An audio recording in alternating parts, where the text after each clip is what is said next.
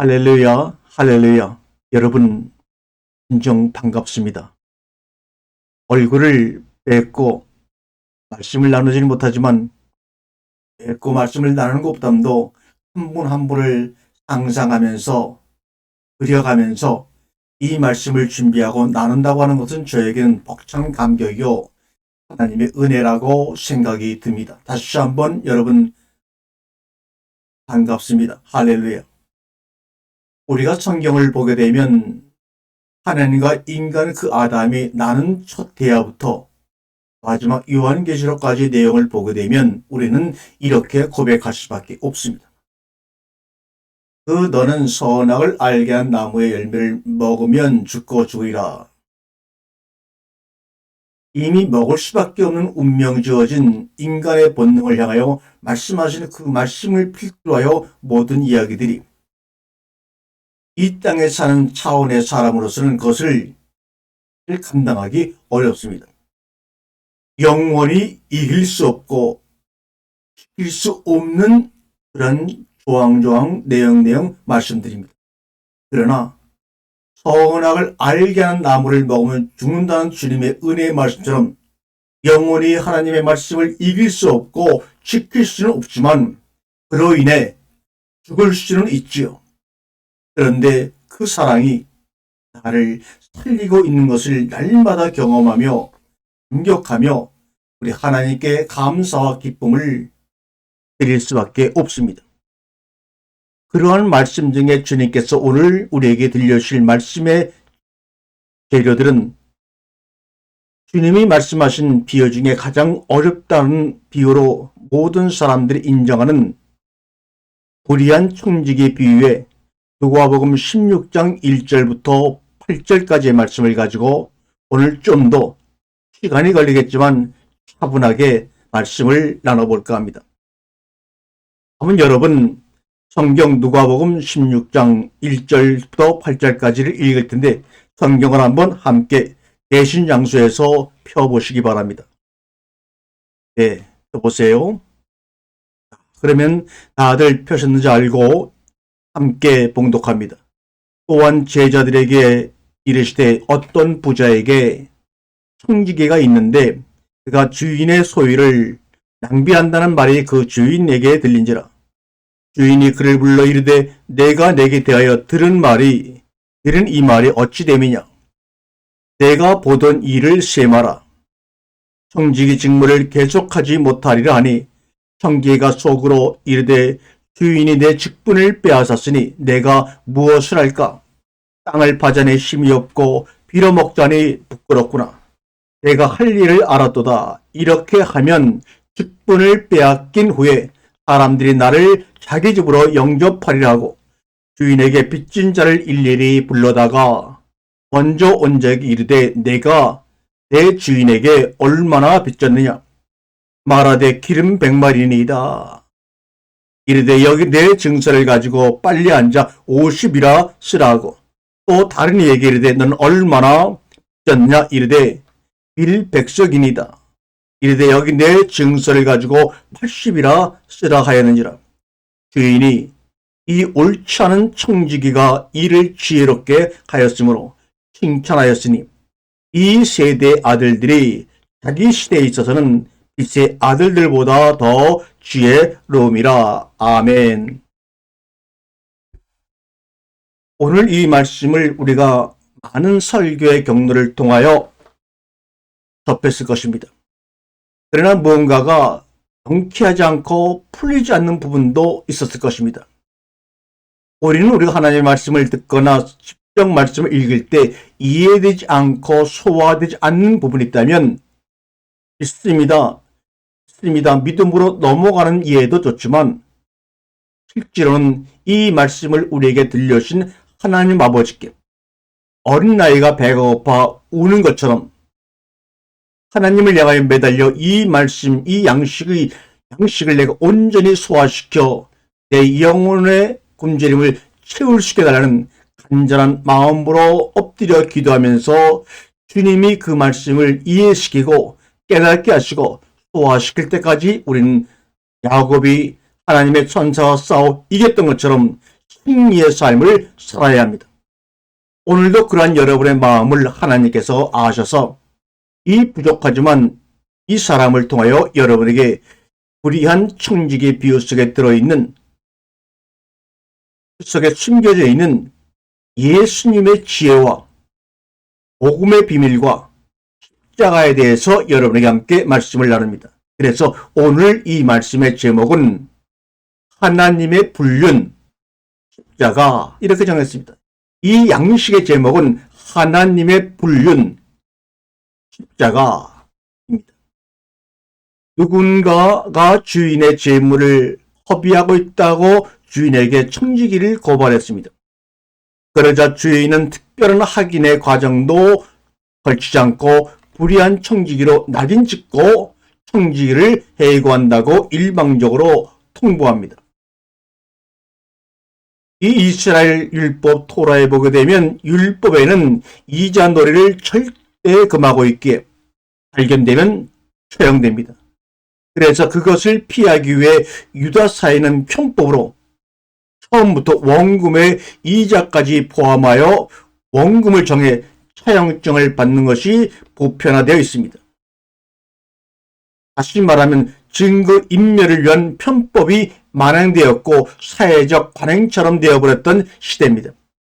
요즘의 말로 말하면 사채업자들이 원금에서 선이자를 띄고 원금을 주는 증거 인멸의 방법이 선행되고 있었습니다. 예를 들면 예수님 당시 올리브 기름의 차용이자는 자그만치 100%였습니다. 그래서 올리브 기름 50마를 빌리게 되면 원금 50마에다가 이자 100%인 50마를 더해 100마의 올리브 기름을 빌렸다는 차용증을 띄게 했습니다. 빌의 이자는 25%였기에 빌 80마를 빌리면 이자 25%인 20마를 더해서 100마의 차용증을 받았던 것입니다. 그 얘기가 오늘 읽은 본문에 나와 있죠. 그러자 해고의 위기에 처한 청지기는 빚을 진 사람들을 불러다가 빚잔치 탕감, 시대의 빚잔치 탕감잔치를 벌입니다. 자기 고난 바깥임에도 불구하고 빚쟁이들의 모든 이자를 탕감해 주었습니다.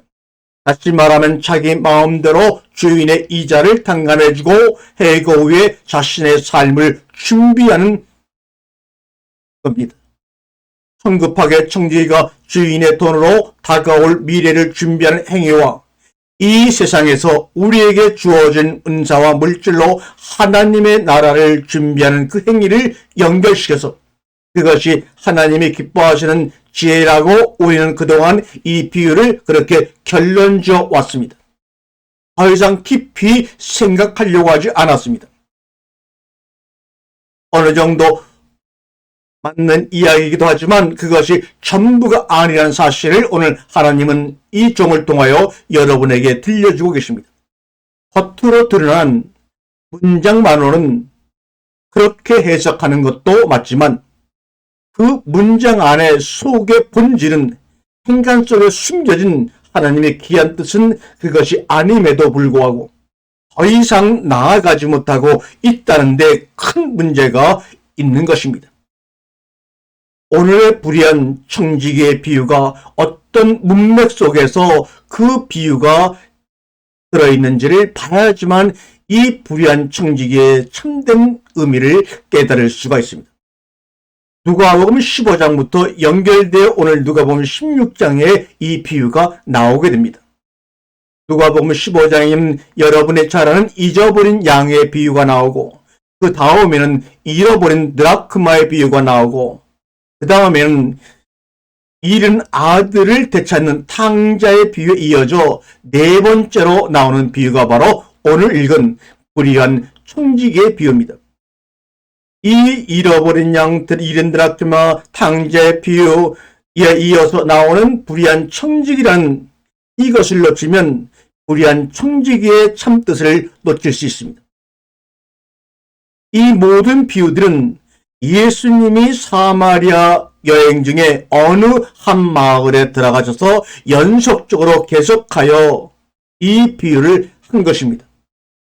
그리고 이 비유의 마지막 불의한 청지기의 비유가 끝나자마자 주님은 계속해서 거지와 거짓 나사로와 부자의 비유로 모든 비유의 끝을 맺습니다. 그 사이에 네 번째 들어가 있고 불의한 청지기의 비유의 결론을 거짓 나사로와 부자의 비유로 끝을 맺는 것이 바로 5가지 연이어 있는 예수님의 비유입니다. 누가복음 15장과 16장에 예수님이 연속해서 비유를 말씀하셨다는 것에 주목을 해서 이 비유를 자세히 묵상해 볼 필요가 있습니다. 비유를 연구하는 독일의 르돌프 볼트만 교수는 이 청지기의 비유를 이해할 수 없는 이상한 비유라고 고백을 하고 이 비유가 자신은 이해가 안 된다며 그는 모르겠다고 그냥 이 비유를 넘어갈 정도로 어찌 보면 난해한 비유라고 할 수 있는 비유입니다. 이 비유는 성경을 예수 그리스도와 십자가로 꿰뚫고 있으면 감격스러운 말씀의 내용이 되겠지만 그렇지 않으면 이해가 안 되는 비유로 우리 가운데 남아 있을 것입니다. 연속되는 5개의 비유는 하나의 맥으로 통하고 있다는 것도 생각 속에 담고 있어야 할 것입니다. 그중 오늘 말씀드리는 불의한 청지기의 비유는 바로 4번째 비유입니다. 그러면 첫 번째 비유를 한번 잠깐 더듬어 보겠습니다. 잊어버린 양의 비유입니다.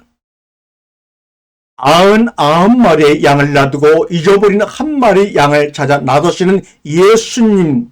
여기서 중요한 것은 남겨진 99마리의 양이 누구냐는 겁니다.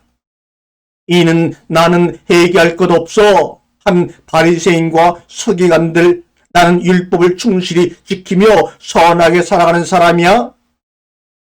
이래봐도 한 무리를 지칭하는 것입니다. 영생의 문제를 고민해왔던 부자 청년과 같은 무리들입니다.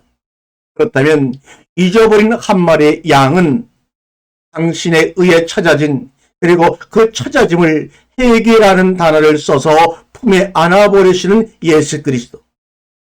양은 당신이 손수가서 찾으셨는데 양은 제각기 제 갈 길로 간 것밖에 없는데 우리 주님은 그 양이 스스로 회개하였다고 인정해 주시는 거예요. 이것을 성경은 하나님의 긍휼, 하나님의 사랑, 하나님의 은혜라 하는 겁니다. 두 번째, 잊어버린 드라크마 비유입니다. 드라크마를 의인하여 그 드라크마가 회개한 것이라고 가르쳐 주고 계십니다. 이 비유에서 회개 정의를 우리 예수님이 다시 한번 우리에게 내려주십니다. 회개란 자신이 저지른 몇 가지 죄를 유감스럽게 여기면서 거기에 대해 뉘우치고 어떤 모양이라도 보상을 하려는 마음을 먹는 그 정도가 아니라 세상의 방식 속으로, 힘의 방식 속으로 내던져진 당신의 백성들을 찾아 나서신 예수님에 의해서 찾아진 자들이, 창세전에 하나님에 의해 선택된 자들이 하나님의 나라로 돌아와서 하나님 나라의 삶의 원리로 성숙되어져가는 모든 과정을 포함하여 회개라 하는 것입니다. 그 회개는 하나님 편에서 선택과 찾으심과 부르심에 기인한 것입니다. 세 번째 비유는 탕자의 비유는 하나님에 의해 찾아지기 전까지 이 세상의 대지 우리됨과 이 세상의 힘의 가치의 지엄 열매됨과 하나님의 품을 떠나 세상의 힘의 논리에 따라 살아가는 대지됨이라는 것을 깨달아 배워가는 것이 이 비유의 주된 내용입니다. 우리의 삶의 경험상 하나님 아버지에 의해 찾아짐된 그 뒤에도 대지 우리의 삶과 지엄 열매 추구 속에서 쉽게 벗어날 수 없는 그런 대지의 삶을 계속 살게 된다는 것을 인정하지 않을 수가 없습니다. 주염 열매의 삶을 추구하면 돼지 우리 속에서 돼지의 삶을 여전히 우리는 살아갑니다. 우리는 지금도 주염 열매의 쟁탈전하며 경쟁이라는 명목으로 그것을 합리화시키며 살아가고 있습니다. 구원을 얻은 이후에도 말이죠. 따라서 칼 바르트가 한 얘기처럼 우리의 성도는 매 순간 부름을 받고 있는 것이고 매 순간 돼지 우리의 삶을 경험하고 있는 것이며 매 순간 구원을 받고 있는 거예요 라고 말씀했습니다. 구원받은 성도의 삶 속에도 해결한 성도의 삶 속에서도 돼지의 삶이 자주 발각이 되는 겁니다. 자신에게서 타인에게서 말입니다. 그러나 그 모든 실수와 넘어짐을 다 품어 안는 것이 하나님의 은혜요, 하나님의 긍휼이요, 하나님의 사랑이지 않습니까? 탕자의 비유에서 교묘하게 자신의 추악함을 감추고 있는 큰 아들까지도 보듬어 안으시는 거죠. 그게 바로 탕자 비유의 결말입니다. 이 탕자의 비유가 끝나자마자 연이어 나오는 것이 오늘의 불의한 청지기의 비유입니다. 그러므로 앞에 비유들을 따로따로 끊어서 읽으면 안 되는 것입니다. 연결해서 읽을 때 모든 비유들의 진정한 진의가 드러나는 것입니다. 은혜와 긍휼, 율법과 행위, 이 두 개가 대조되어 설명되어지고 있는 내러티브 비유 속에서 갑자기 불의한 제물로 친구를 사귀다가 라는 말이 나옵니다. 앞에 비유들이 이해가 안 되면 갑자기 불의한 제물로 친구를 사귄다는 말이 뭘 엉뚱한 말이야 라고 우리는 생각을 할 수밖에 없겠죠. 모든 비유들이 서로 대기통하여 일관성이 있어야 합니다.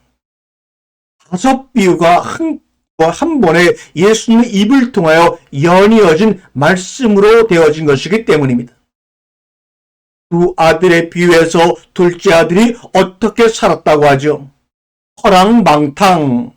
세상에 내가 아버지의 유산을 받아가지고 허랑방탕하게 살았다고 합니다. 이 허랑방탕이란 말은 낭비한다는 말이죠. 헬라어로 말하면 디아스코프리조.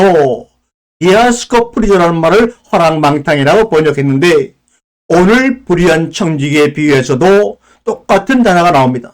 그것을 여기서는 허비하며 주인의 재물을 허비하며 살았다 할 때 허비하며라고 번역된 우리말의 그 허비하면이 바로 탕자의 비유에서 나오는 허랑방탕과 같은 디아스코프리조라는 그리스어 헬라어를 썼습니다. 예수님이 일부러 같은 단어를 두 비유에 연이어 사용하셔서 이 두 비유는 아주 밀접한 연관에 있는 비유임을 암시하고 우리에게 말씀하고 있는 것입니다. 무언가 허비하며 허랑방탕하며 살던 둘째 아들과 이 청지기의 이야기를 오늘 주님은 교회들에게 또한 교회 안에 있는 우리들에게 차근 설명해 주심으로 어떤 깨달음을 주시고 계시는 겁니다. 이 비유 속에서 하나님의 긍휼과 은혜를 우리는 발견해야 하는 겁니다. 그것도 한층 점층적으로 확대되어 강조가 되어지고 있는 그 하나님의 은혜와 긍휼과 사랑을 말입니다. 불의한 청지기는 처음부터 끝까지 불의한 겁니다. 그런데 주인이 그 불의한 청지기를 칭찬을 하고 있다는 겁니다. 칭찬. 우리가 칭찬하니까 그저 사람과 사람 사이에 뭔가 좋은 일을 하거나 자신에게 도움되는 일을 하거나 말을 하지만 상대방을 칭찬하는 그런 칭찬의 단어가 아닙니다. 이 비유 속에서 아주 중요한 단어를 발견합니다. 이거는 원문 그리스 헬라어 성경을 보지 않으면 발견할 수 없는 내용입니다. 오늘 본문 16장 8절에 칭찬이라는 단어가 나옵니다. 헬라어로 에파이네오를 번역한 것을 칭찬이라고 번역했는데 이 에파이네오는 다른 신약 성경을 보게 되면 찬양하다, 찬송하다, 오늘 여기에서 칭찬하다 이런 뜻으로 쓰인 겁니다. 이 에파이네오라는 단어는 찬양하다, 찬송하다라는 의미로 쓰인 것처럼 오직 줄곧 하나님께만 적용되던 하나님을 향해서만 사용된 단어인데, 이 불의한 청지기를 향하여 같은 단어, 하나님께만 사용되는 단어를 이 불의한 청지기에게 사용하여서 칭찬하다라고 하고 있는 것입니다. 찬양이라고 하는 것, 찬송이라고 하는 것은 오직 하나님만 받으시는 겁니다. 그래서 계시록 5장 12절과 13절에도 에파이네오가 찬양하다, 찬송하다라고 쓰였습니다. 읽어보겠습니다. 큰 음성으로 이르되 죽임을 당하신 어린 양은 능력과 부와 지혜와 힘과 존귀와 영광과 찬송을 받으시기에 합당하도다 하더라. 보좌에 앉으신 이와 어린 양에게 찬송과 존귀와 영광과 권능을 세세토록 돌릴지어다. 찬송을 받으시기에 찬송 에파이네오, 칭찬하다는 말과 같은 말입니다. 그런데 이 찬양이, 이 찬송이 불의한 청지기를 향하여 불러지고 있다는 놀라운 사실을 여러분 아셔야 합니다. 그것도 주인이 직접 뿐만 아니라 그 청지기는 주인에게 지혜롭다는 칭찬을 받아요. 지혜는 성경에서 예수님을 은혜적으로 표현하는 단어입니다. 또한 방식입니다. 지혜 있게 하였으므로 칭찬을 하였다고 말씀하지 않습니까? 지혜라고 하는 것은 후쿠마. 이 후쿠마는 잠언서의 지혜라는 말이 가장 많이 나오는데, 거기가 다 예수님을 비유하여, 예수 그리스도를 비유하여 표현한 말들입니다. 잠언서 8장 11절 이하에 보게 되면 지혜는 진주보도 나옴으로 무릇 원하는 것을 이에 비교할 수 없음이니라. 나 지혜는, 지혜를 의인화시켜서 말하고 있죠. 나 지혜는 명철로 거주를 삼으며 지식과 근신을 찾아 얻었나니. 13절에 나는 지혜는 내게는 나로 말미암아 해서 계속 17절까지 나는이라고 말씀하시는 지혜는 바로 예수 그리스도를 말하고 있습니다. 그런데 그 종이 지혜롭게 하였으므로 그를 칭찬하였다, 찬양하였다, 누가복음 16장 8절에 나오고 있습니다. 잠언서 3장 14절에 보게 되면 또한 이런 말이 지혜로 사용되었습니다. 지혜를 얻는 것이 금을 얻는 것보다 낫고, 지혜는 진주보다 귀하고, 진주를 얻은 그의 오른손에는 장수가 있고 그의 왼손에는 부귀가 있도다. 그 길은, 지혜의 길은 즐거움의 길이요 그의 지름길은 다 평강이라.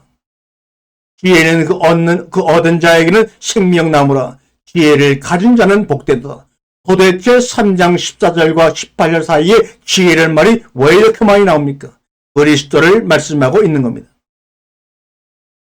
이렇게 그리스도를 말씀하는 그 이야기가 잠언서부터 많이 나오고 있는데, 그 지혜를 행하였으므로 칭찬하였다는 이 엄청난 말이 지금 이 불의한 청지기를 향하여 예수님이 쏟아내고 계신 겁니다. 자신이 받으시는 찬양과 찬송을 이 불의한 청지기를 향하여 지금 하고 계시고 있는 겁니다. 그럴 수가 있나요?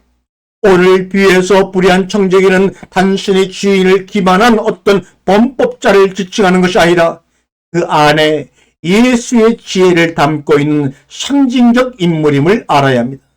즉 이게 비유라는 것을 놓치지 말아야 합니다. 그러면 어떤 모습으로 불의한 청지기가 그분의 지혜를 담고 있습니까? 우리가 이 비유에서 예수 그리스도와 하나님의 공로를 찾아내기 위해서는 이 비유와 거지 나사로와 부자 비유 사이에 들어있는 밑도 끝도 없이 당스럽게 등장하는 예수의 부연 설명에 귀를 기울여야 합니다. 그것이 바로 누가복음 16장 13절과 18절 요 몇 절의 구절들이 불의한 청지기와 거지 나사로와 부자 사이에 당황스럽게도 갑자기 튀어나와 그 가운데 기록되어 있습니다. 이 비유와 거지 나사로 비유 사이에 어떤 부연 설명이 잠깐 들어가 있는데, 그게 앞비유와 뒷비유와 전혀 연관성이 없어 보이는 뜬금없는 내용이라는 말입니다. 즉, 그 이야기는 바로 돈 이야기와 간음의 이야기를 그 중간에 집어넣고 있습니다. 율법과 돈, 그리고 간음.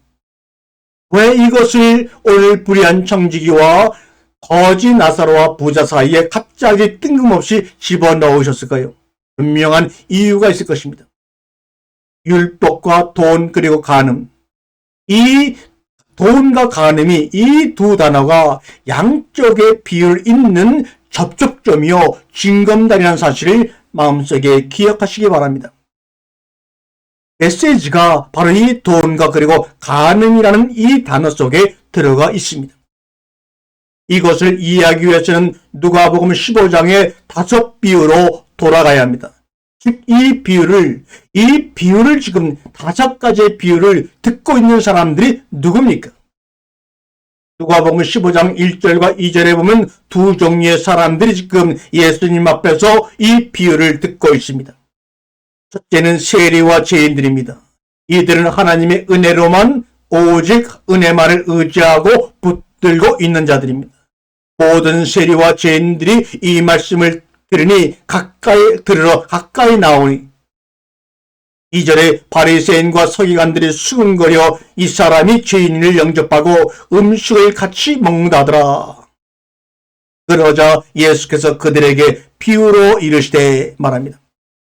첫 번째 이 비유를 듣고 있는 자들은 세리와 죄인들이요, 두 번째는 수근수근거렸던 바로 율법을 대표하는 바리새인과 서기관들이 이 비유를 듣고 있는 대상들이었습니다.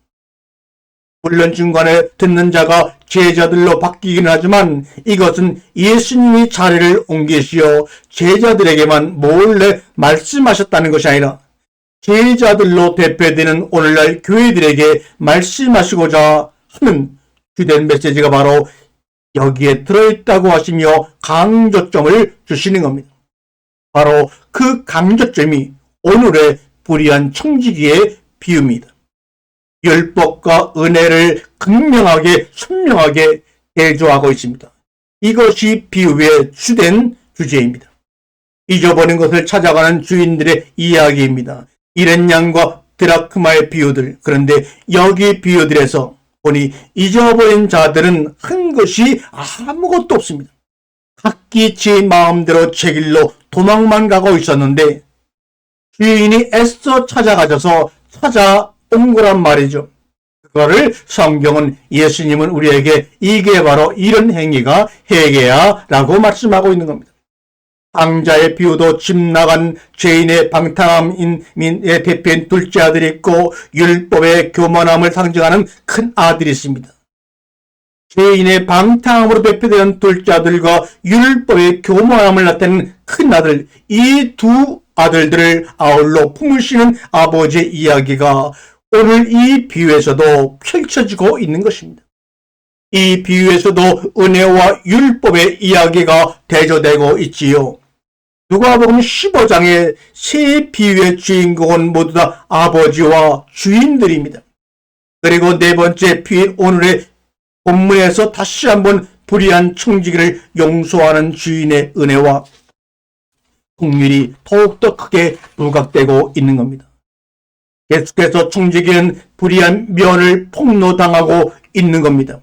그 주인의 은혜와 긍휼을 더욱더 돋보이게 하기 위해서 말이죠. 바로 그것이 복음입니다. 따라서 엄밀히 말하면 이 비유의 주인공 또한 불의한 청지기를 용서하는 주인이 된 것입니다. 여러분, 하나님이 모세에게 주신 율법은 사라지는 것이 아닙니다. 누군가에 의해서 충족이 되고 그로 인해 어떤 제한된 무리에게서 율법의 고발로 인한 그 불의가 소멸되는 겁니다. 그러나 하나님의 선택에서 죄된 사람들은 그 은혜와 긍휼을 못 받는다는 말입니다. 하나님의 복음을 듣고 큰 하나님의 나라에 들어가고 싶어 한다 한들 율법의 요구가 그들에게서 충족되지 못했기 때문에 그들은 아무리 자신들의 힘으로 율법을 지켜서 그 나라를 심노하고 싶어한다 할지라도 심노할 수가 없습니다. 하나님의 복음을 알지 못하는 자들이 가장 열심히 하는 게 뭔지 아십니까? 착하게 사는 겁니다. 선행을 쌓는 겁니다. 그 열심, 그 착함, 그 율법 뒤에 아담이 나무 사이로 숨어버린 것처럼 숨어버리는 겁니다. 하나님의 낯을 피하여. 그래서 그들은 절대 하나님의 나라를 침노 못한다는 이야기를 지금 이 비유들을 통해서 하고 있는 겁니다. 바리새인들과 서기관들이 죄인들과 세리와 창기를 고발하는 장면이 나오죠. 왜요? 저런 불의하고 죄인된 자들과 어떻게 함께 먹습니까? 하고 죄인들을 고발하고 있는 것입니다.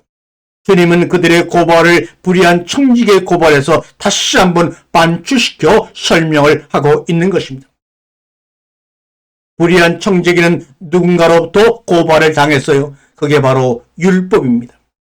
인간이 선악과를 따먹고 선악을 스스로 판단하여 그 선악의 기준에 의해 자기들이 판단하는 것이 바로 고발이란 겁니다. 그는 그 율법의 고발로 완전한 죄인으로 판결이 될 판입니다. 주인의 심판이 예고가 되어 있고요. 넌 나가야 돼, 넌 쫓겨나야 돼, 거기에 고발장이 접수되어 있는 겁니다.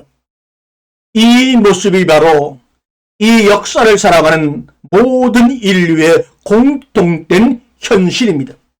그때 그들이 과연 무엇을 행해야 하며 무엇을 의지해야 함을 가르쳐주는 것이 오늘 이 비유의 주된 메시지이고 5 비유의 전체 핵심 주제입니다. 오늘 비유를 보면 법에 의해 고발된 자가 말도 안 되는 어떤 행위를 지금 하고 있는 것을 볼 수가 있어요.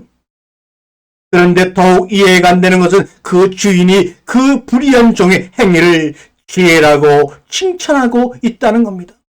그럼 불의한 청지기의 행동을 칭찬한 주인의 지혜는 도대체 어떤 지혜에게 그런 불의한 청지기의 행위를 지혜롭다고 하였던 것일까요?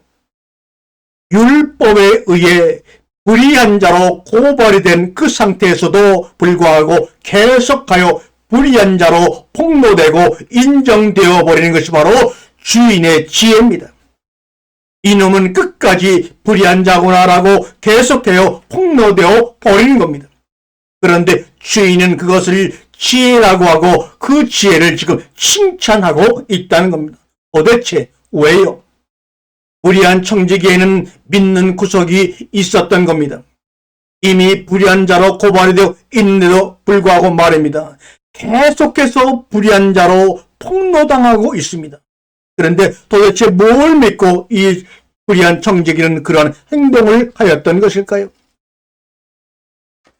주인 앞에 무릎을 꿇고 잘못했어요.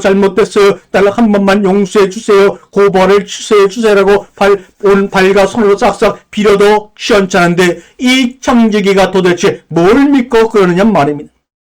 그는 주인을 믿은 겁니다. 뭐요? 주인을 믿었다고요? 맞습니다. 주인의 은혜와 긍휼을 막 붙들어 버린 거예요. 지금 자신은 계속해서 주인의 재물을 소비하고 있는 거예요. 불의하고 있습니다. 한번 고발당했는데도 또 반성할 줄 모르고 그 짓을 계속하여 하고 있는 거예요. 장부를 정리하고 심판을 받을 준비를 하라고 했는데도 또다시 불의를 저질러요. 그런데 그에게 무슨 배짱이 있느냐 하면 주인의 은혜와 긍휼의 모든 것을 다 맡겨버린 겁니다. 율법에 의해 고발된 자신의 모습을 직시하고 자신의 모든 것을 주인에게 걸어버렸어요. 자신의 불의를 고쳐내어 주인의 칭찬을 얻어내려고 하는 것이 아니라 오히려 그것을 인정하고 주인의 자비와 긍휼과 은혜에 자신을 맡겨버리는 거예요. 나는 어쩔 수 없는 인간이구나. 맞아요. 하나님, 제가 그 먹지 말라는 것을 먹었어요. 이렇게 말입니다. 이런 상황 속에서도 내 살 길만 나는 찾고 있는 이런 인간이구나. 주인이 하나님이 나를 붙들어주지 않으면 절대로 이 불의에서 빠져나갈 수 없는 거구나 하고 주인만 붙들고 있는 것을 이렇게 표현하고 있는 거예요. 그게 오늘 비유에서 나오는 불의한 청지기의 배짱입니다. 이것이 하나님이 그 속에 주신 하나님의 믿음을 소유하고 있는 자들의 진실한 모습이에요. 청지기의 지혜는 바로 예수님의 지혜입니다. 그것이 어떻게 그렇게 됩니까? 예수님은 이 세상에서 십자가에서 살해를 당했습니다. 누구에 의해 그렇게 우리 예수님은 십자가에서 살해를 당했습니까? 율법에 의해서 고발되어 율법에 예수님을 불의하다 고발했어요. 그런데 우리의 예수님은 그러한 상황 속에서도 한마디의 변명도 안 하세요. 그냥 불의한 자리에 불의한 자의 자리로 내려가십니다. 예수님은 율법의 고발을 그대로 수긍해 버리시고 그 고발 사건에 대한 벌을 받으시고 스스로 죽어버리십니다. 그리고 우리 하나님 아버지가 살려내시지 않으면 계속 무덤 속에 머물 수밖에 없는 그 자리까지 낮아지는 거예요.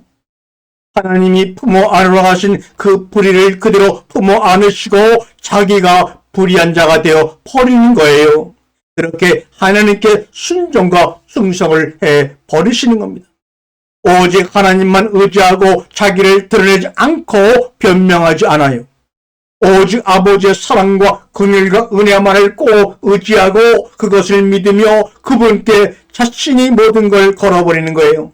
바로 이것이 성경에서 말하는 예수님의 온전한 지혜입니다. 이것이 우리에게 생명나무 과실이 되는 겁니다. 예수님은 죄가 한 점도 없으신 분이에요. 그런데도 불구하고 율법에 의하여 고발을 당하셨어요. 우리를 위해 우리의 불의를 감당하기 위해서 말입니다.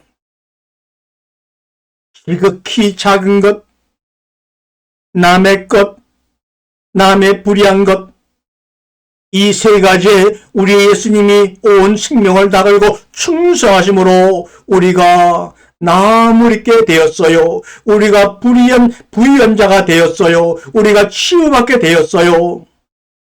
바로 그 삶이 하나님 나라에서 우리에게도 요구되는 것입니다. 지극히 작은 것, 남의 것, 불의한 것, 이것은 모두 우리의 것이었는데 예수님이 다 우리의 것에 충성하심으로 우리가 구원을 얻게 된 것입니다. 예수님의 십자가의 자리는 우리 성도 모든 불의한 자리입니다. 우리들이 가지고 있는 모든 불의한 자리가 바로 예수님이 지신 십자가의 자리입니다. 그런데 그 불의의 자리가 죽음으로 결론이 난단 말입니다. 그 불의의 자리는 원래 우리의 자리가 아닙니까? 우리는 원래 죽은 흙이었습니다. 하나님이 그 코에 생기를 불어넣지 않으면 그냥 죽은 흙이에요. 움직이는 걸어다니는 흙에 불과합니다. 지금 우리가 보는 세상의 짐승들이 생기가 없음에도 뇌폐수로 존재하고 있잖아요. 그 죽은 흙이 어떻게 하나님의 자녀로 창조로 완성되어 변할 수 있게 되었지요? 맞습니다. 하나님의 아들인 예수 그리스도가 스스로 죽은 흙이 됨으로 인해서 죽은 흙에 불과한 우리가 하나님의 아들이 된 겁니다. 그게 바로 복음이란 말입니다. 고린도 8장 9절에 우리 주 예수 그리스도의 은혜로 은혜를 너희가 알거니와 의용하신 이로써 너희를 위하여 가난하게 되심은 그의 가난함으로 말미암아 너희를 부욕케 하려 함이라. 이것이 바로 십자가의 원리요 하나님 나라의 삶의 원리입니다. 이 우주의 모든 불의를 하나의 그릇에 담아내서 그 그릇을 하나님의 은혜와 긍휼로 완전히 덮어버리는 거예요. 그 불의의 자리에 설리신 예수의 핏값으로 우리는 예수님의 신부가 된 것입니다. 이것이 바로 이 이야기가 바로 그 불의한 제물로 친구를 사귀라는 뜻의 본질입니다. 불의한 제물은 바로 십자가에 설리신 예수의 핏값을 의미하는 겁니다. 친구는 영혼 구원이요 교회를 의미하는 겁니다.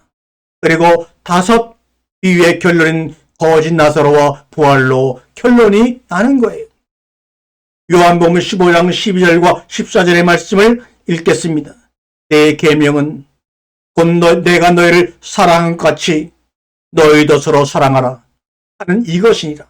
사람이 친구를 위하여 자기 목숨을 버리면 이보다 더 큰 사랑이 없나니 너희는 내가 명하는 대로 행하면 곧 나의 친구라. 이제부터 너희를 종이라 하지 아니하리니 종은 주인이 하는 것을 알지 못함이라. 너희를 친구라 하였느니 내가 내 아버지께 들은 것을 다 너희에게 알게 하였습니다. 너희가 나를 택한 것이 아니요 내가 너희를 택하여 세웠느니 이는 너희로 가서 열매가 항상 맺게 하고 친구가 항상 있게 하고 또 너희 열매가 항상 있게 하여 내 이름으로 아버지께 무엇을 구하든지 다 받게 하려 함이라. 아멘. 예수의 친구가 되기 위해 우리의 목숨을 버려야 한다고 하잖아요. 그런데 그것은 도저히 우리 입장에서는 불가능하지 않습니까? 그런데 우리가 예수의 친구가 되었어요. 도대체 어떻게 어떤 경로를 통해서 말입니까? 예수님이 우리를 친구 삼기 위해 우리를 대신하여 당신의 목숨을 버리심으로 우리가 예수의 친구, 예수님의 신부가 된 거란 말입니다. 불의한 제물로 인해 예수의 핏값으로 인해 우리가 예수의 친구가 됐다 이 말입니다. 그걸 우리에게 각인시키고 그걸 다시 우리에게 요구하는 거예요.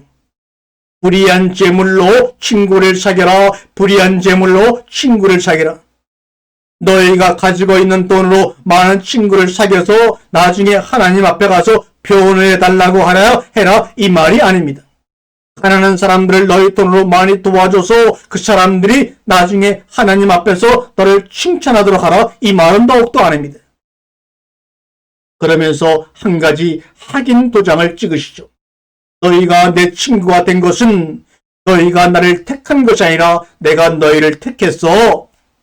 예수님은 하나님의 창세전 택감을 받은 자들 안에 들어있는 자들을 위해서 그들의 모든 불의를 끌어안고 하나님께 충성을 한 거예요. 이것이 바로 불의한 재물 핏값으로 친구를 사귀는 예수님의 지혜였어요. 오늘의 비유는 불의한 청지기의 행위를 칭찬한 것이 아니라 그 속에 들어있는 예수님의 지혜, 복음의 비밀을 지금 찬양하고 있는 겁니다.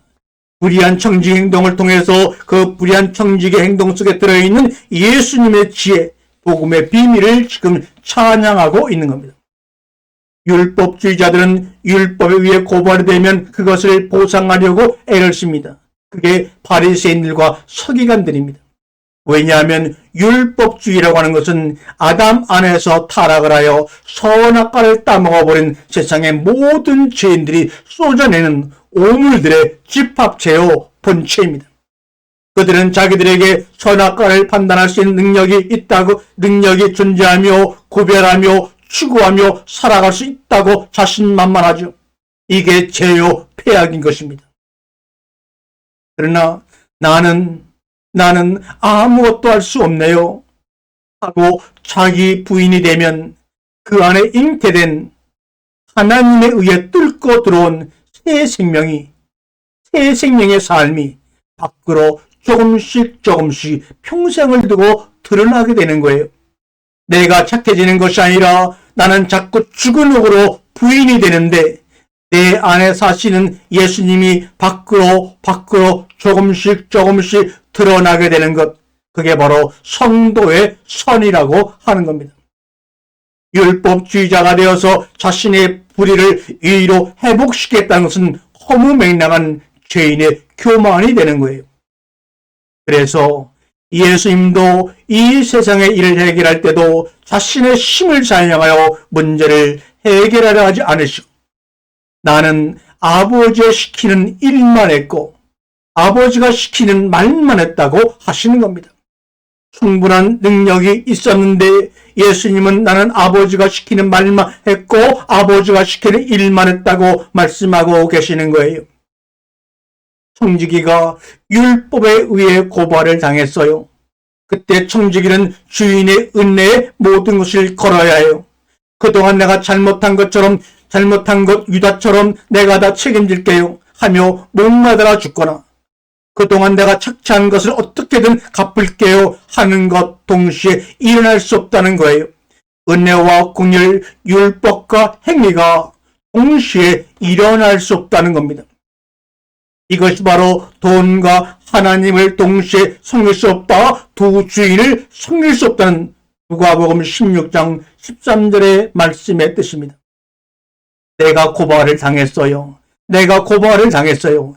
이때 자아숭배에 빠진 이들은 거기서 자신의 쪽이 팔릴까봐, 그렇기 때문에 자기 행위로 자기 보상을 합니다. 그게 율법주의입니다. 그게 유다요 베드로였습니다. 그러나 성도는 그대로 폭로를 그 자리에서 당하는 겁니다.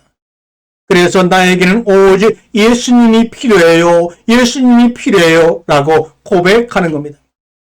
요한복음 5장 44절에 너희가 서로 영광을 취하고 유일하신 하나님께로부터 오는 영광을 구하지 아니하니 어찌 나를 믿을 수 있느냐. 내가 너희를 고발할까 생각하지 말라. 너희를 고발하는 이가 있으니 곧 너희가 바라는 자 모세니라. 이 모습이 바로 오늘날 죄인들의 실존입니다. 하나님의 말씀을 듣고 자기 자리를 버리고 아래로 내려오신 유일하신 한 분 예수 그리스도이십니다. 그래서 마지막 아담입니다. 첫 번째 아담의 삶을 끝내버리고 마지막 아담의 삶을 여신 거예요. 빌립보 2장 6절에 그래서 이렇게 말씀합니다.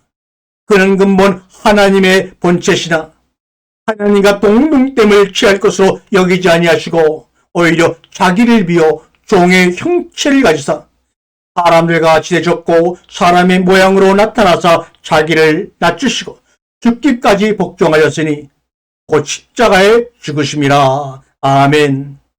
자신을 높여주지 않는 신은 아무 때나 십자가에 못 박을 준비가 되어 있는 자들이 바로 바리새인들과 서기관과 우리들의 자상입니다. 오늘날 교회의 모습이 아닌가 생각합니다. 내가 바라는 것 안 주니까 늘 원망하고 시험을 합니다. 누가복음 16장 14절에 바리새인들은 돈을 좋아하는 자들이라. 이 모든 것을 듣고 비유권을 예수께서 이르시되 너희는 사람 앞에서 스스로 옳다는 자들이나 너희 마음을 하나님께서 아시나니 사람 중에 높임을 받는 그것은 하나님 앞에 미움을 받는 것이니라. 아멘. 은혜와 긍휼을 좋아하는 것의 반대편에 있는 행위가 바로 율법주의자입니다. 그들은 자아숭배교이자 우상숭배 교도들입니다. 따라서 이 세상에서 여러분 너무 착하게 산 사람들을 막무가내로 존경하거나 좋아하지 마세요. 그들이 무슨 목적으로 그렇게 살았는지는 아무도 모르는 겁니다. 그들이 자기의 가치 향상을 위해 남들에게 좋은 가치 향상을 위해 살았다면 잘못된 겁니다. 예수님이 그렇게 낮아지고 죽으시자 아버지가 누구인가 드러나는 겁니다. 예수님이 그렇게 낮아지고 죽으시자 우리가 전혀 알지 못하고 대면하지 못했던 하나님 아버지가 누구인 것인가 다 천하에 드러난 것입니다. 부활의 최종 목적지는 나의 삶을 통해 감춰진 나만이 알고 있는 하나님 그 아버지가 세상에 공개되는 겁니다. 아버지가 긍휼과 은혜로 예수를 살려내시고야 마는 겁니다. 거기서 아버지의 사랑과 능력이 드러났단 말입니다. 아들은 아버지가 누구인가 드러내는 자로 사는 겁니다. 그게 모든 피조물들의 자기 자리인 것입니다. 그런데 우리는 우리를 드러내기 위해 오히려 하나님의 힘을 동원하고 있는 것 아닙니까? 그것 아니라는 것을 오늘 비유가 말해주고 있어요. 아무리 우리가 하나님 아버지가 우리 안에 함께 계시다고 외치고 믿어도 이 상태에서는 아버지가 참 아버지로 세상에 드러날 수 없는 겁니다. 오히려 꽁꽁꽁꽁 숨어버리실 겁니다. 나 찾아봐라, 나 찾아봐라 하시면서 아버지를 찾을 수 없으니 이 세상이 어찌 참된 생명의 양식이 존재할 수 있단 말입니까? 그래서 세상에 기근이 왔다고 말씀하는 거예요. 아들은 아버지를 드러내는 거예요. 하나님이신 예수님도 그 삶을 살다가 가신 겁니다. 우리도 그분의 아들로, 그분의 딸로 그 삶을 살아내야 하는 겁니다. 그것을 위해 우리가 잠시 세상에서 60평생, 길게는 80평생을 존재하다가 가는 겁니다. 아버지를 드러내기 위해 자기가 불의한 자리로 내려가서 그 모든 모함과 모멸을 다 감당하고 받아들였다는 겁니다. 그런데 아버지가 그를 능력과 긍휼과 은혜로 그를 살려내었어요.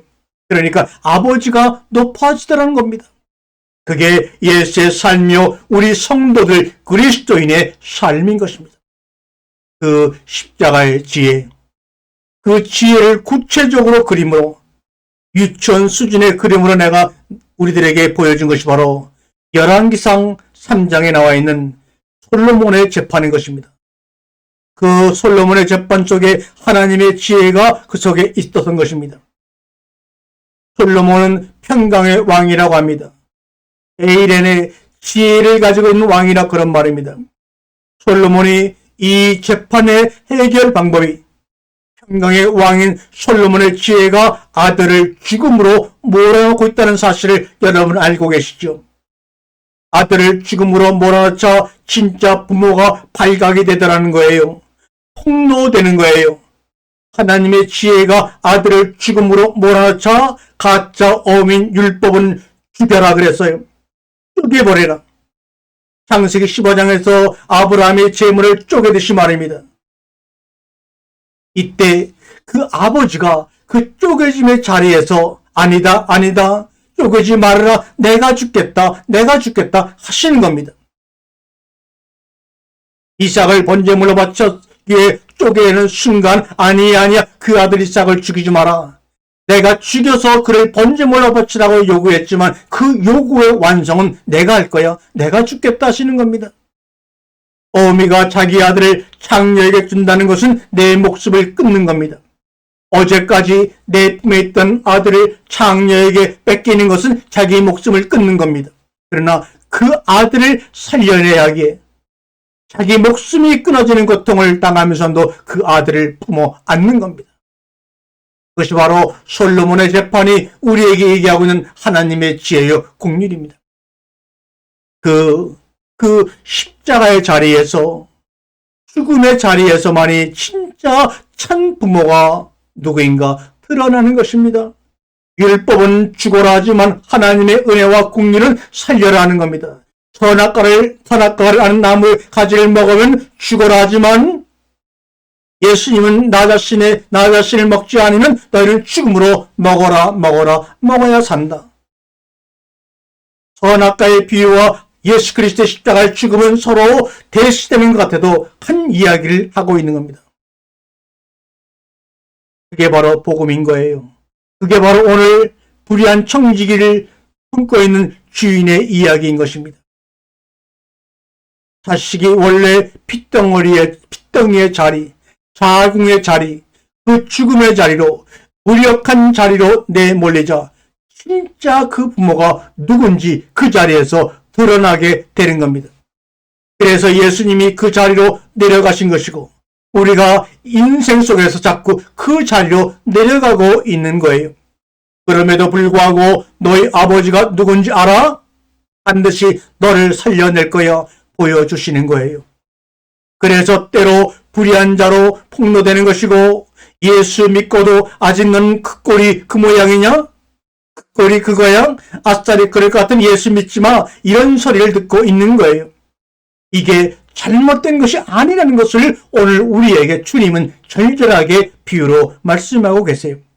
그러나 그 자리에서 하나님 아버지가 여러분들을 품어안는 그 은혜와 사랑과 긍휼, 그것을 세상에 하나님은 보여주고 싶은 거예요. 너희는 그를 율법으로 못난 놈으로 실패한 놈으로 나쁜 놈으로 규정하지만 나는 기어코 그를 살려낼 것이다고 하나님이 말씀하고 계신 겁니다. 지금 이 자리에서 말이에요. 성도는 이 땅에서 능력 있는 자가 되는 것이 아닙니다. 착한 자가 되는 것이 아닙니다. 선한 일을 하는 자가 되는 것이 아니라 아버지가 누구인가를 나의 삶을 통해 온전히 드러내는 자입니다. 그게 바로 복음을 아는 자고 복음을 살아내는 자입니다. 우리 모든 성도들의 자리가 어디입니까? 바로 죽은 흙입니다. 티끌, 거기서 우리가 만들어졌잖아요. 그래서 이 세상에서 변함없는 흙의 자리를 살아요. 구원을 얻은 후에도 좀처럼 산자처럼 살기가 쉽지 않습니다. 그래서 수시로 죽은 흙의 삶을 살아갑니다. 그러나 창세전에 아담을 택하신 하나님이 우리를 택하신 그 아버지는 그 율법의 고발을 참소를 묵살해 버렸어요. 이미 당신의 아들 안에서 그 모든 고발과 참소를 해결해 버리셨기 때문입니다. 그리고는 긍휼과 은혜로 우리를 덮으셔서 우리를 살려내시는 겁니다. 그게 진짜 우리 아버지 아니고 누구십니까? 아들을 살려내기 위해서 자기 목숨을 주는 진짜 우리 아버지. 구약에서 긍휼이란 단어가 히브리어로 라함입니다. 라함. 이게 바로 자궁이란 뜻도 됩니다. 하나님의 긍휼을 입어서 하나님의 자녀가 된 우리 성도는 하나님의 자궁으로부터 긍휼로 잉태된 자들이라는 것입니다. 우리는 죽을 수밖에 없는 자궁 속의 작은 한 점의 핏덩어리들이었어요. 자궁 속에 떠있는 자는 전혀 무력한 자들입니다. 아무것도 할 수 없는 자들인데 하나님의 긍휼로 하나님의 자궁에서 하나님의 자녀로 하나님의 아들로 태어난 거예요. 그 긍휼의 자리, 자궁의 자리를 예수님의 십자가로 재현해 보여주고 계신 것이 바로 복음입니다. 아버지에게 충성하느라 이 세상에서 가장 큰 죄인으로 몰려 죽은 흙이 되어버리신 우리 예수님, 우리 죽은 흙들의 원래 자리로 자궁의 자리로 내려가시자 거기에 긍휼과 은혜가 부어져서 거기서 그분의 아버지가 누구인가 드러나게 하는 것. 우리 아버지는 이런 분이구나. 우리 아버지는 이런 분이구나. 이것이 바로 복음입니다. 기독교가 무엇인가요? 하나님의 자기 계시, 하나님에 대한 올바른 지식, 이게 기독교의 정의입니다. 그런데 성경에 대해 하나도 모르면서 배울 생각도 안 하고 읽을 생각도 안 하고 기도도 하지 않고 궁금해하지도 않습니다. 오늘날 이 시대 인류는 그냥 금식하고 주여 믿습니다 부르짖고 안식이도 받아서 이 땅에서 잘 먹고 잘 살라는 거예요. 이게 모양만 기독교지 기독교가 절대로 아닙니다. 그것은 바로 개독교입니다. 이것은 기독교의 샤머니즘입니다. 이것을 줄이면 마귀 새끼라고 호되게 책망하시는 겁니다. 우리 아버지가 그 불의의 모든 것을 긍휼로 덮어 부활로 살려내셨잖아요. 그게 하나님 아버지이십니다. 여러분이 어떤 존재인지 여러분이 가장 잘 아시잖아요. 우리는 쇼하지 말아야 합니다. 가면 쓰지 말아야 합니다. 그냥 폭로 시키는 대로 폭로 당하세요. 그냥 흙의 삶을 토해내면서 하나님의 긍휼과 은혜를 경험하며 그분을 드러내는 게 성도의 삶입니다. 그것이 바로 성화입니다. 거기서 진정한 행복과 충성과 순종이 나오는 것입니다. 그전까지는 여러분 자신에게 실망하고 절망하고 낭망하며 우울할 것입니다. 바로 그 자리에서 예수의 친구인 교회가 탄생되는 거예요. 이것이 바로 불의의 제물로 친구를 사귀라는 말씀의 본 의미입니다. 신학교를 내 돈 주고 졸업하고 내 돈 들여 건물 임대 교회를 개척한다고 교회가 탄생되어지는 것이 아닙니다. 교회 건물 짓는다고 은행빚을 내어 멋들어지게 짓는 것도 어떤 합리적인 이유가 있어도 그것은 엄밀한 의미에서 교회가 아닙니다. 우리는 뭔가 기초부터 잘못 시작하고 있었습니다. 바로 잡아야 합니다. 이제라도 교회는 오직 하나님만이 불의한 제물로 세우시는 겁니다.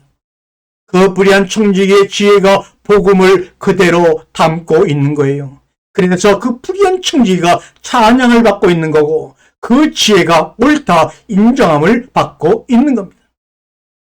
이 비유는 창세기의 유다와 다말의 이야기에서 또 하나의 예표가 되었던 적이 있지요. 다말은 유다의 후손으로 오신 다윗과 예수 그리스도, 그 예수 그리스도를 기필코 출산해 내어야 하는 여인입니다. 그게 바로 하나님의 뜻이었기 때문에. 그런데 하나님은 그런 다말을 청녀로 만들어서 시아버지와의 불륜을 통해 약속의 자녀를 이어가도록 합니다. 이게 우리의 머리로, 우리의 감정으로, 우리의 상식으로 이해되는 이야기입니까? 절대로 아니죠. 뭐요? 하나님은 왜 그런 식으로 하필이면 일을 하느냐 그 말이에요. 왜 아무도 이해할 수 없게 일을 하시냐 그 말이에요. 세상의 모든 사람이 오해하도록 그렇게 스스로 그렇게 일을 만들어 가시느냐 거예요. 창녀는 또 뭐고 시아버지의 간통이 뭐냐 말이에요. 말도 안 되게. 이 한 대목의 성경 구절 때문에 기독교가 얼마나 욕을 먹는지 하나님은 아시나요? 우리는 그동안 그렇게 반문해 왔어요.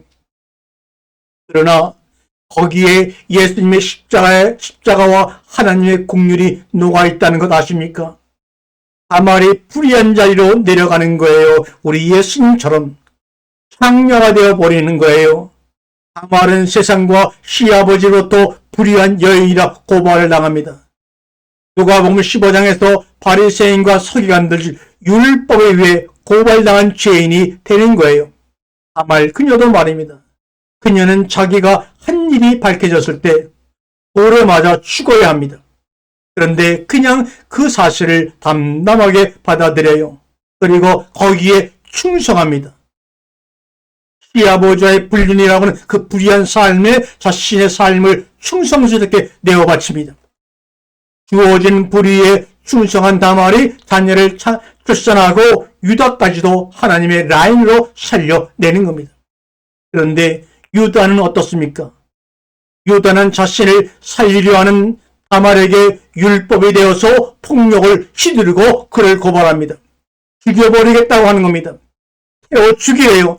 돌을 던져 죽이라고 하는 겁니다. 자신이 정작 죄인인데 이제 다말을 유다라는 율법에 맞아 죽을 판이 되었습니다. 그때 다말은 자기 희생의 증거물을 들이댑니다. 그 불의에 쓰였던 증거물입니다. 유다가 다말과 관계할 때 주었던 그 불의한 제물을 들이댑니다. 그 결과 모두가 살아요. 그 불의의 제물이 바로 불의의 자리로 스스로 내려가신 예수님의 핏값입니다. 그게 바로 오늘 위에서 말하는 불의한 제물입니다. 율법이 우리를 참수해서 우리의 죄를 드러낼 때 우리가 내어놓을 수 있는 유일한 것이 무엇입니까? 바로 예수님의 피, 그것뿐입니다. 그것 외에는 아무것도 없습니다. 예수님의 그 불의의 자리에서 핏과 불의한 제물 그것만 증거로 내놓으면 되는 겁니다. 그러면 우리가 모두 살 수가 있어요. 그것만으로 우리가 예수의 친구가 신부가 될 수 있습니다. 우리는 모두 남편이신 하나님의 품을 떠나 세상과 간음하던 자들이었어요. 하나님보다 돈이, 하나님보다 자식이, 가장이 더 좋고 내 명예가 더 좋았어요. 내 직장이 더 중요했어요. 그것이 바로 간음이요 불륜입니다. 그게 바로 율법입니다. 그런데 만근에 우리 주 예수께서 죄인의 몸과 연합을 하셨어요. 그 순결하신, 그 고결하신 예수님이 죄인의 몸과 연합을 하셨어요. 동침을 하셨어요. 이것이 바로 오늘 말씀의 제목인 하나님의 불륜입니다. 하나님이 그 불의한 자리로 내려앉으셨단 말입니다. 그게 바로 십자가입니다. 하나님의 불륜, 그 십자가. 죄인의 몸과 연합하심으로 스스로 불륜의 자리, 간음의 자리로 내려오신 겁니다. 그 결과 우리의 간음과 불륜이 용서가 되고 소멸이 되어 버린 거예요. 이제야 오늘 본문의 마지막 절 누가복음 16장 18절이 왜 간음의 구절로 마무리하고 있는지 이해가 되시겠지요. 이 불의한 청직의 예표가 바로 유다와 다말의 이야기입니다. 거기서 유다가 다말에게 네가 의롭다 합니다. 아니 시아버지와 불륜해서 아이를 낳은 다말이 어떻게 의로워요? 그럼에도 유다는 그를 네가 의롭다고 인정합니다. 우리는 말씀의 겉의 내용만 보지 마시고 그 안에 담긴 하나님의 지혜 예수 그리스도를 보자는 말입니다. 그 불의가 결국은 의로 판명이 됐다는 말입니다. 하나님이 당신과 나를 반드시 그 불의의 자리로 끌고 내려가십니다. 그럴 때 당황하지 마시고 당황하지 말란 말입니다. 그때 하나님을 원망하지 말고 세상을 원망하지 말고 사람을 원망하지 말고 부모를 원망하지 말란 말입니다. 예수의 핏값으로 우리의 자기 부인으로 친구를 사귀라는 말입니다. 그렇게 성도는 남의 것에 충성하여 자기 것을 얻는 그 불의한 재물에 충성하여 참된 것을 얻는 역설의 사람들입니다. 역설의 사람, 그는 그리스도인입니다. 예수님도 그렇게 살다 가졌습니다. 그게 진짜 은혜롭고 지혜로운 삶이에요. 그게 진짜 하나님 나라 삶의 원리입니다. 세상의 아들들이라 불리는 세리나 창기 죄인들에게 임하는 예수님의 지혜가 훨씬 더 지혜로운 거예요. 그래서 주님도 세상의 아들들의 지혜가 빛의 아들들이라 자처하는 율법자들보다 율법의 지혜보다 더 지혜로운 것이라고 말씀을 하셨던 겁니다. 이 엄청난 비유를 결론짓고 있는 거지 나사로와 부자 비유에 보면 거기에 국률이라는 단어가 결론으로 등장하는 겁니다. 16장 24절에 나를 국률이 여기서 국률은 하나님으로부터 주어지는 거예요.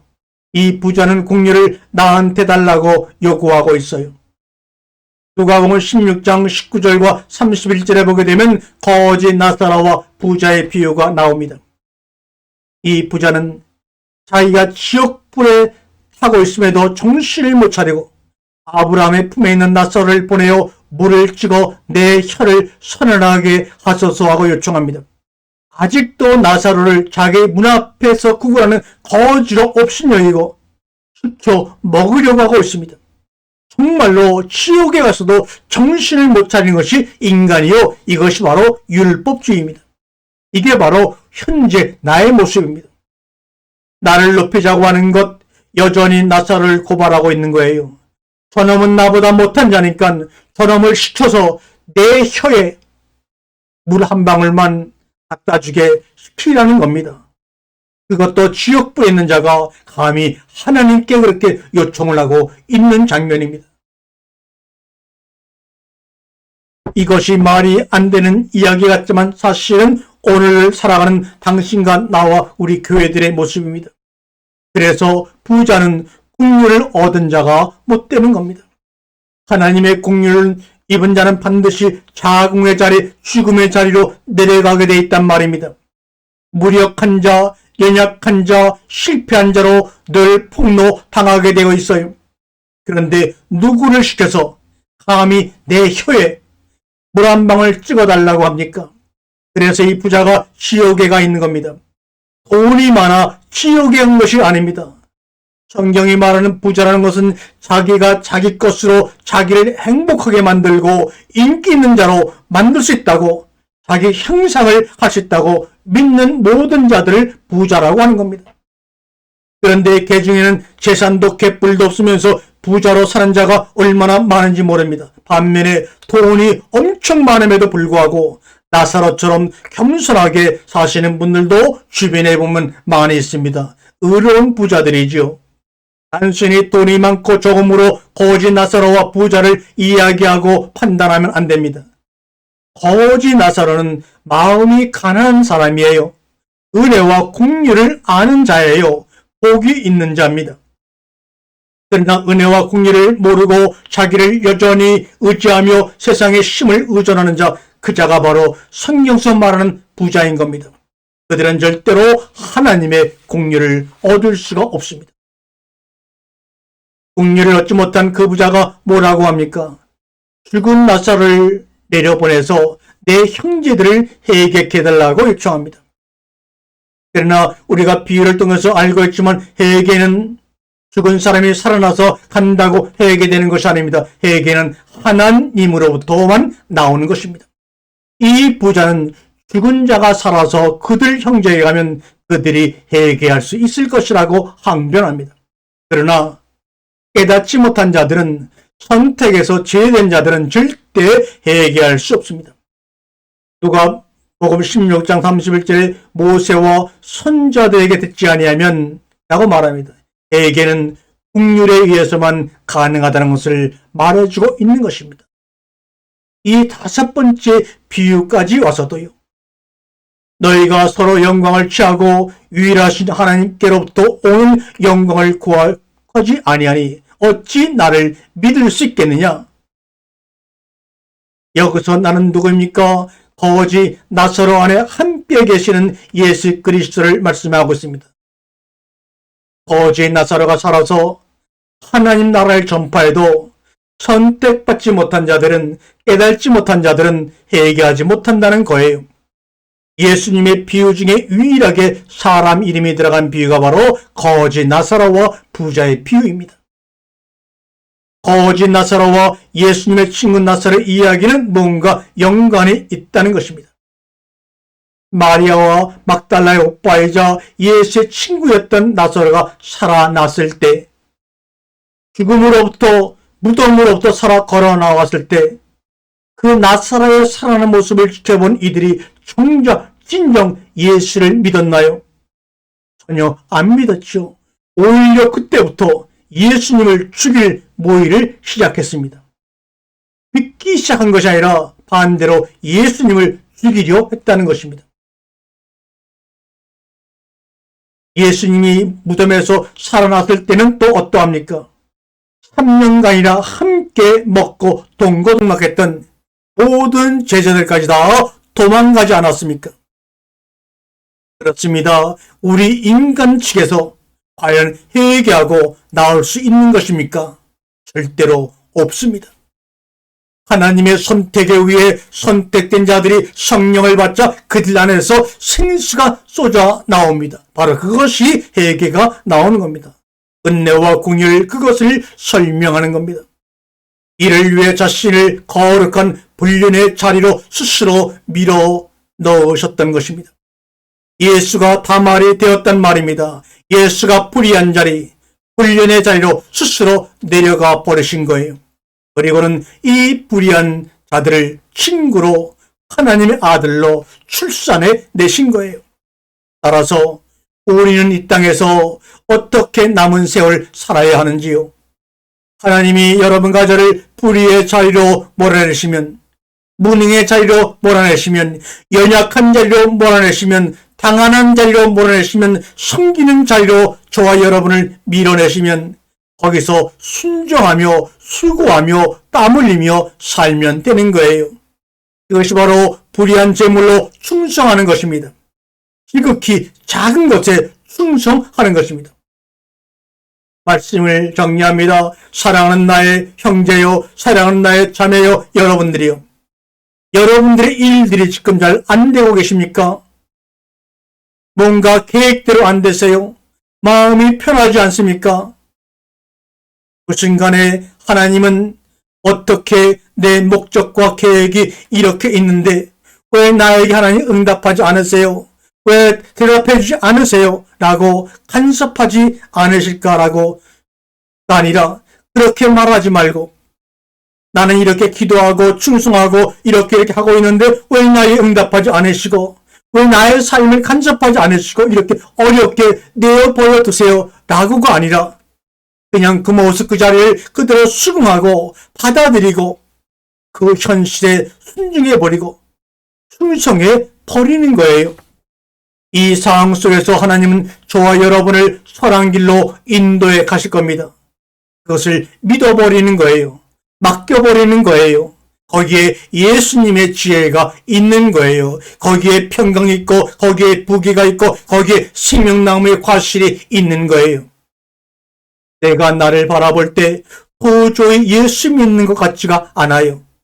60년 이상 살아오면서 예수를 믿었는데 여전히 내가 나를 보면 똑같은 것 같아요. 그렇게 폭로당하는 거예요. 그러나 괜찮습니다. 부끄럽게 생각하지 마세요. 그러나 그 자리에서 이것도 덮어버리는 하나님의 은혜와 공의를 알고 계십니까? 돌아보시라는 말이에요. 그걸 진짜 배우셨냐고요? 진짜 알고 계시느냐 그 말입니다. 풍성한 하나님의 은혜 그 크기를 알고 그 깊이를 알고 계시느냐고요? 교회는 바로 그것을 배우는 것이고 여러분과 제가 만난 이 교회 만나다 이 영상도 바로 그것을 깨닫고 배우는 것입니다. 우리는 정신을 바짝 차려야 합니다. 헛된 땅의 것들 때문에 교회 안에서조차 바쁘게 뛰지 마세요. 성도 간의 교제 가운데서 서로의 마음을 정말로 품지 못하는 일이 없어야 합니다. 그런데 우리는 서로 자기를 드러내려고 하니까 그 성전 안에서 말씀 안에서도 서로 네가 옳으니 내가 옳으니 서로 다투고 싸움질이 나고 서로 만나면 그 마음속에 진정한 평안이 없고 긴장들이 나고 화평이 없어요. 화평이 없는 것, 기쁨이 없는 것, 하나됨이 없는 것, 서로 나눔이 없는 것 서로 다 알면서도 누구 하나 그것에 대해서 의문을 제기하지 않아요. 왜 없냐고요? 잠들어 있거나 죽어 있어요. 그러므로 깨어나야 합니다. 깨어나야 합니다. 예수님의 불륜, 부정한 성도의 삶, 그게 어떤 역설적인 의미를 담고 있는지 이제야 아시겠습니까? 그걸 아시는 성도님들은 하나님이 주신 능력, 재물을 자기만을 위해 인색하게 쓰지 맙시다. 속사람의 꿈을 이루기 위해 나누어 줍시다. 함께 소통하며 이루어 나갑시다. 그런 사람들은 남의 눈치, 판단에 연연해하지도 않습니다. 자신의 속사람의 길을 묵묵히 걸어갑니다. 그런 모든 것들이 제자리를 찾게끔 나누면서 잘 살다가 이 땅을 떠나가는 거예요. 우리들의 남은 삶을 말입니다. 그것이 바로 오늘 함께 나눈 불의한 청지기 비유 안에 들어있는 예수 그리스도의 십자가입니다. 아멘, 아멘.